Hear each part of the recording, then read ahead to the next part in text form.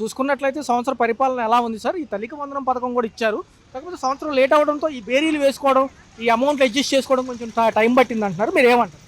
ఇప్పుడు వరకైతే పరిపాలన అయితే బాగానే ఉంది. మరి ముందు ముందు కూడా అన్ని సంక్షేమ పదాలు కూడా నిర్వహిస్తే ప్రజలకు ఇబ్బంది లేకుండా ఉంటుంది. అమ్మఒడికి కూడా చాలామందికి పడలేదు, కొంతమందికే పడింది. వారిని కూడా వెరిఫికేషన్ చేసి వారికి కూడా త్వరలో ఆ పథకాన్ని అమలు చేస్తే, ఇప్పుడు ఎలాగో స్కూల్ ఓపెన్ అయినాయి కాబట్టి వాళ్ళ బుక్స్కి కానీ వాళ్ళకి పిల్లలకి ఇబ్బంది లేకుండా ఉంటుంది పేరెంట్స్కి. దాన్ని కూడా గవర్నమెంట్ వారు తొందరగా ఒక నిర్ణయం తీసుకొని వారికి అకౌంట్లో ఖాతాల్లో ఎలిజిబిలిటీ ఉన్న వాళ్ళకి కంపల్సరీ తొందరగా వేయాలని చెప్పి మా తరపు నుంచి మేము కోరుకుంటున్నాం. పరిపాలన అనేది మొన్న చూసుకున్నట్లయితే ఒక వార్త బాగా హైలైట్ అవుతుంది. పుష్ప సినిమాలో డైలాగ్ చూసే ఉంటారు. పల్నాడు వెళ్ళినప్పుడు వచ్చినప్పటి నుంచి కూడా ఏదో అభిమాని బ్యానర్ పైన రాసిన పదాలు కొంచెం అభ్యంతరకరంగా ఉన్నాయి. పాపం నిన్న బుచ్చయ్య చౌదరి గారు, పవన్ కళ్యాణ్ గారు దాని మీద స్పందించారు. ఈ తలకాయ నరకడం అనేది ఈ జాతరలో అనేది చూసే ఉంటారు నిన్న మొన్న. ఇదైతే కరెక్ట్ అయిన పద్ధతి కాదు. ప్రజల్లోకి మంచి తీసుకెళ్ళాలి కానీ ఇప్పుడు సినిమా డైలాగులు అది నిజ జీవితంలో చేయాలంటే అది ఇది కాదు, కరెక్ట్ కాదు. విధానం అనేది ఒక మాజీ సీఎం హోదాలో ఉన్న వ్యక్తి కూడా అతను కూడా క్వశ్చన్ చేయాలి. అది ఏ గవర్నమెంట్ అయినా సరే ప్రజలకి మంచి పరిపాలన అందించాలి, మంచి విధానాలతో మాట్లాడాలి తప్పితే నరుక్కోవటం, చంపేసుకుంటాలనే సంస్కృతిని విడనాడాలి. అప్పుడే మన స్టేట్ రెవెన్యూ పెరిగిద్ది, ఆదాయం పెరిగిద్ది, ప్రజలందరూ కూడా ఐకమత్యంగా ఉండాలి. దానివల్ల ముఖ్యమంత్రి గారు కూడా కొద్దిగా హాస్యంగానే స్పందించారు. ఏదో డైలాగులు అలా అంటారు కానీ అంత పట్టించుకోవాల్సిన అవసరం లేదని అన్నట్టుగా చెప్తున్నారు. ఆయన అభిప్రాయం ఆయన చెప్పారు. కాకపోతే పట్టించుకుంటారా లేదా అనేది మరి నెక్స్ట్ ఎలక్షన్ల వరకు వెయిట్ చేయాలి. అది గెలుస్తారా లేదా అనేది అది జనాల మీద ఉన్న అభిప్రాయం డిపెండ్ పెట్టి ఉంటుంది. పరిపాలన బాగుంటే నెక్స్ట్ చంద్రబాబు నాయుడు గారే రావచ్చు, లేకపోతే వేరే గవర్నమెంట్ అయినా రావచ్చు. దానికి మనమేమీ నిర్ణయితలం కాదు కదా. కాకపోతే పరిపాలన అనేది కరెక్ట్గా ఉండాలి. ఇలాంటి వ్యాఖ్యలు చేయడం అనేది మాత్రం కరెక్ట్ కాదు అనేది నా ఒక అభిప్రాయం.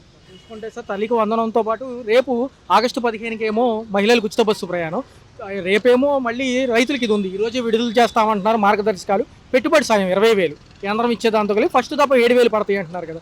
ఎలా ఉంది? మహా చూసుకుంటే ఇంకా ఆడపిల్ల నిధి ఒకటి ఉంది, ఇక అంతే కదా సార్, ఇంకేముంది? అయ్యా ఇవన్నీ కూడా ఒక్కోటి ఇప్పుడు గవర్నమెంట్ దగ్గర కూడా రెవెన్యూ ఉండాలా, ఫండ్స్ ఉండాలా, రిలీజ్ చేయాలంటే ఒకేసారి అన్నీ మాకు కావాలంటే అవ్వదు కదా. ఇప్పుడు ఒకేసారి అన్ని కూరగాయలు ఒకేసారి వండి పెట్టేస్తే మనం తినగలమా? తినలేము. దాన్ని పెట్టే సమయాన్ని బట్టి, వాళ్ళు రెవెన్యూని బట్టి, అక్కడ ఉన్న పరిస్థితులను బట్టి వాళ్ళు ఏదైతే సూపర్ 6 ఉందో అది కంపల్సరీ త్వరలోనే అమలు చేస్తారని మేము అనుకుంటున్నాము. జరిగిద్దని కూడా మేము కోరుకుంటున్నాం. అండి, సంవత్సర పాలనలో ఏమేమో అంశాలు నచ్చాయి సార్? ఎలా ఉంది? ఈ అభివృద్ధి ఫోకస్ ఉంటుంది కదా ఈ ప్రభుత్వం, ఎన్డీఏతో భాగస్వామ్యం కూడా దానికే కదా. పోలవరం, అమరావతి వెనకెళ్లకుండా ఈసారి ముందుకెళ్ళాలి అంటే ఖచ్చితంగా చేసి తీరుతామంటున్నారు కదా. అవునండి, చేస్తారు. అయితే టోటల్గా ఏంటంటే గవర్నమెంట్ బాగుందండి. ఈ ఉమ్మడి కూటమి గవర్నమెంట్ టోటల్గా బాగుంది. టోటల్ మెజారిటీ పీపుల్స్ ఆలోచించేది ఏంటంటే యూత్కి ఎక్కువ ఎంప్లాయ్మెంట్ కనుక వస్తే కనుక, ఉద్యోగాలు వస్తే కనుక ఈ ఉచిత పథకాల గురించి ఎక్కువ ఆలోచించారు. ప్రజలకి కావాల్సింది పని. ఏది గూడు గుడ్డ అంటారు చూసారా, నీడ అంటారు చూసారా, అవి ఉన్నాయనుకోండి. ఉచిత పథకాల గురించి ఎవరు ఆలోచించారు. ఎవరికి వాళ్ళు సొంతంగా వాళ్ళ దగ్గర డబ్బులు ఉన్నాయనుకోండి, అమౌంట్ ఉంటే వాళ్ళకి ఆనందం వేరు, వాళ్ళకి వాళ్ళు సొంతంగా ఖర్చు పెట్టుకునే విధానం వేరు. అందుకోసం ఉచిత పథకాల గురించి ఎవరు, ఇక మెజారిటీ పీపుల్స్ ఏమవుతుందంటే ఉచిత పథకాల గురించి కూడా కాకుండా అభివృద్ధి, సంక్షేమం, ఆరోగ్యం, విద్య ఇవి కనుక ఉంటే కనుక ఏ గవర్నమెంట్ అయినా సరే బాగుంటుంది అనే అభిప్రాయానికి వచ్చారండి. పర్టికులర్ గా చూసుకుంటే మాజీ ప్రభుత్వ నాయకులు ప్రజల్లోకి వస్తున్నారు. ఇటు పక్క ప్రెసెంట్ ఉన్న గవర్నమెంట్ వస్తుంది సమస్య ఉంటే. అయితే మన పల్నాడు జిల్లా పర్యటనలో జగన్మోహన్ రెడ్డి గారు వెళ్ళొచ్చారు. ఈ హడావుడి సరిపోయింది అంటే అవి మాకు ఐడియా లేదు సార్. ఈ అభివృద్ధి గురించి మాట్లాడమన్నారు కాబట్టి గవర్నమెంట్ విధానాలు ఏదైనా సరే, సంక్షేమ పథకాలు కానీ ఏదైనా సరే,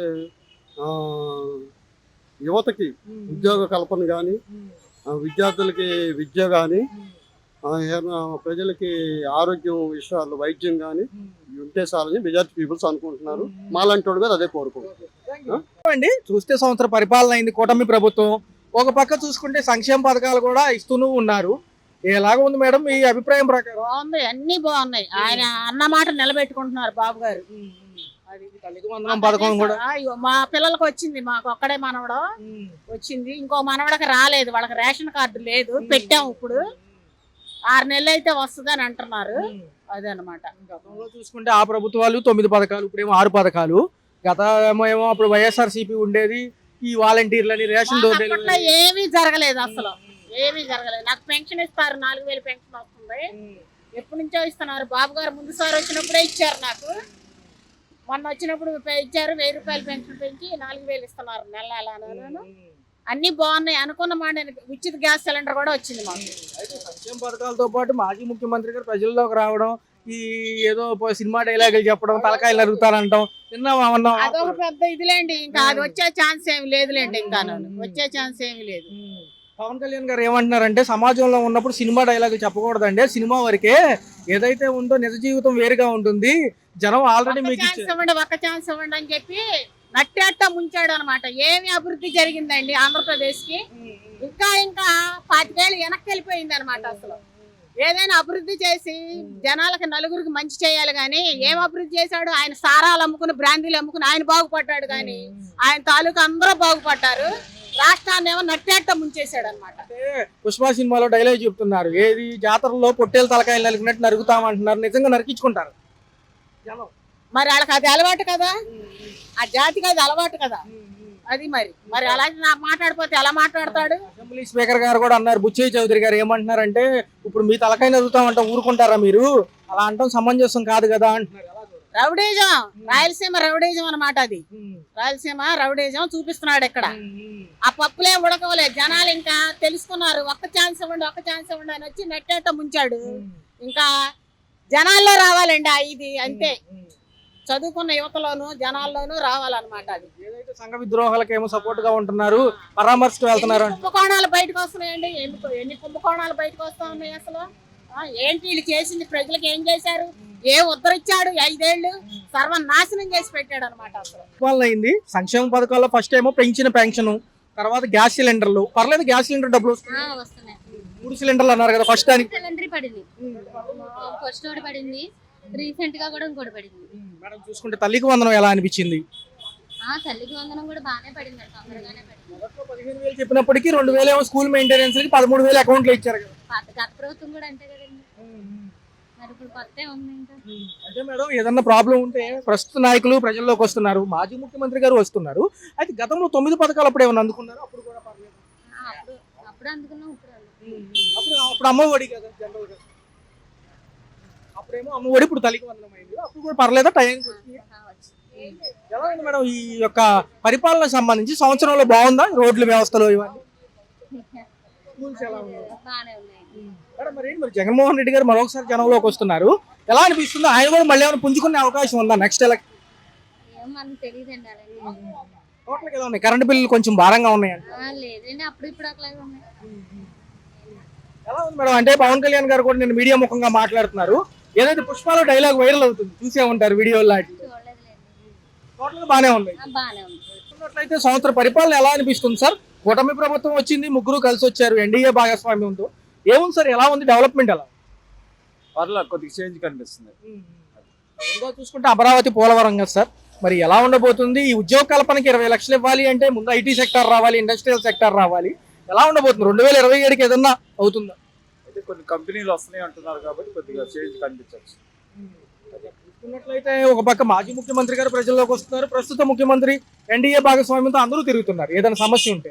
ఎలా ఉంది ఈ యొక్క నిన్న పుష్ప డైలాగ్ బాగా హైలైట్ అయింది సార్, ఈ రప్పా నరుక్కోవడం ఏంటో అర్థం కావట్లేదు జనాలకి, మీడియా ముఖంగా ఇది వైరల్ అవుతుంది, దానిపైన ఏమన్నా అభిప్రాయం? నాకు అసలు తెలియదు, ఆ ఇష్యూ తెలియదు, నేను చూడలేదు, న్యూస్ చూడలేదు. టోటల్గా ఎలా ఉంది సార్ ఒక సంవత్సర పరిపాలన? ఈ పవన్ కళ్యాణ్ గారు కూడా ఉన్నారు కదా, పర్లేదు, కొద్దిగా చేంజ్ కనిపిస్తుంది. రోడ్ల వ్యవస్థలు ఎలా ఉన్నాయి? బాగున్నాయి, రోడ్లు బాగానే వస్తున్నారు. కరెంటు ఛార్జీలు ఏమైనా భారంగా ఉన్నాయా? కరెంట్ ఛార్జీలు ఓల్డ్గా ఉన్నట్టు ఉన్నాయి సార్. సూపర్ 6 లో భాగంగా 3 పథకాలు అమల్లో ఉన్నాయి సార్, మరొక 3 ఇవ్వాల్సి ఉంది. మరి బడ్జెట్లు ఇవన్నీ బేరీ వేసుకుంటున్నారు, రేపు మళ్ళీ జనం పైన ఏమైనా భారం పడుతుంది? సహజంగా పోయినసారి భారం పడితే ఇప్పుడు కూడా అదే ఉంటుంది, ఎందుకంటే ఐఏ స్కీమ్ కాబట్టి భారం అనేది ఖచ్చితంగా ఉంటుంది. ఎక్కడికక్కడ ఛాలెంజ్లే కనబడుతున్నాయి సార్, వార్తల్లో కానీ న్యూస్లలో కానీ. ప్రస్తుత నాయకులు మాజీ మంత్రులు ఛాలెంజ్లు, అరెస్టులు ఎక్కువ అయిపోయినాయి, ఎలా ఉంటుంది? ప్రజాస్వామ్యంలో ఇవన్నీ కామన్ అంటారు? నాకు ఐడియా లేదండి. 1 year మీద మీ అభిప్రాయం ఏంటి సార్? పర్లేదు సార్, బాగుంది బాగుంది. ఏ అంశాలు బాగున్నాయి, ఇచ్చిన సంక్షేమాలు ఏమేమి అందుకుంటారు? సంఖ్య అంటే ఆ కుర్రోళ్ళకి అక్కడ ఉంటే మాకేం రాదు, మాకు పెన్షన్ కూడా రాదు. ఏదైనా అప్లై చేశారా గ్రామ సచివాలయంలో కానీ వాళ్ళు ఏమైనా వచ్చి? మాది ఇక్కడ కాదండి, కాకినాడ అండి. Okay okay okay. Pawan Kalyan గారి పనితీరులు ఎలా ఉన్నాయి ఈ సంవత్సర కాలం? మాకేం పని అవ్వలేదు ఇంకా. మొన్న పల్నాడు జిల్లా పర్యటనకి వెళ్ళారు మాజీ ముఖ్యమంత్రి గారు వైఎస్ జగన్ గారు. వచ్చిన కాడి నుంచి కూడా ఒక డైలాగ్ బాగా ఫేమస్ అవుతుంది, రప్పా రప్పా నరుగుతామని చెప్పి. వాళ్ళు కూడా నరుగుతామంటున్నారు. గోరంట్ల బుచ్చి చౌదరి స్పీకర్ గా ఉన్నారు, ఆయన కూడా మాట్లాడారు. ఎలా ఏమంటారు? డైలాగులు సమంజసమేనంటారు? అలాగే మాట్లాడతారండి మరి. పవన్ కళ్యాణ్ గారు కూడా సినిమాల వరకే పరిమితం అయ్యి నిజ జీవితంలో ఉండమంటున్నారు. మరేండి ఏదో అభిమాని కొద్దిగా అత్యుత్సాహంగా రాసుకున్న బ్యానర్ పైన అంశం బాగా హైలైట్ అవుతుంది. ఏమంటారు? జనం మామూలుగా ఏదో హడావుడి ఉన్నప్పుడు కామన్ కదా అట్లాంటి. అంతే మాట్లాడతారు మరి. మరి చట్టపరమైన చర్యలు ఉంటాయి అంటున్నారు. ఇలాగ ఎవరన్నా ప్రజలు కనుక ఇట్లాగా రౌడీ కనుక పాల్పడితే ఉంటాయి అంటున్నారు. పెన్షన్ ఏమైనా వస్తుందా? ఆటలేదండి. తల్లికి వందనం డబ్బులన్నా మనవరాళ్ళకి ఎవరికైనా పడ్డాయా? చలిగా మా వందన పడ్డాయి అంటున్నారండి. అప్పుడు బాగుంది, ఇప్పుడు బాగుంది. 9 పథకాలు అప్పుడు బాగుంది, ఇప్పుడు బాగుంది. అదే బాగుంది కదండి మరి. మరి ఏమో రేషన్ కూడా మళ్ళీ డిపోల్లోనే, వాలంటీర్లు లేరు. మరి ఇబ్బంది.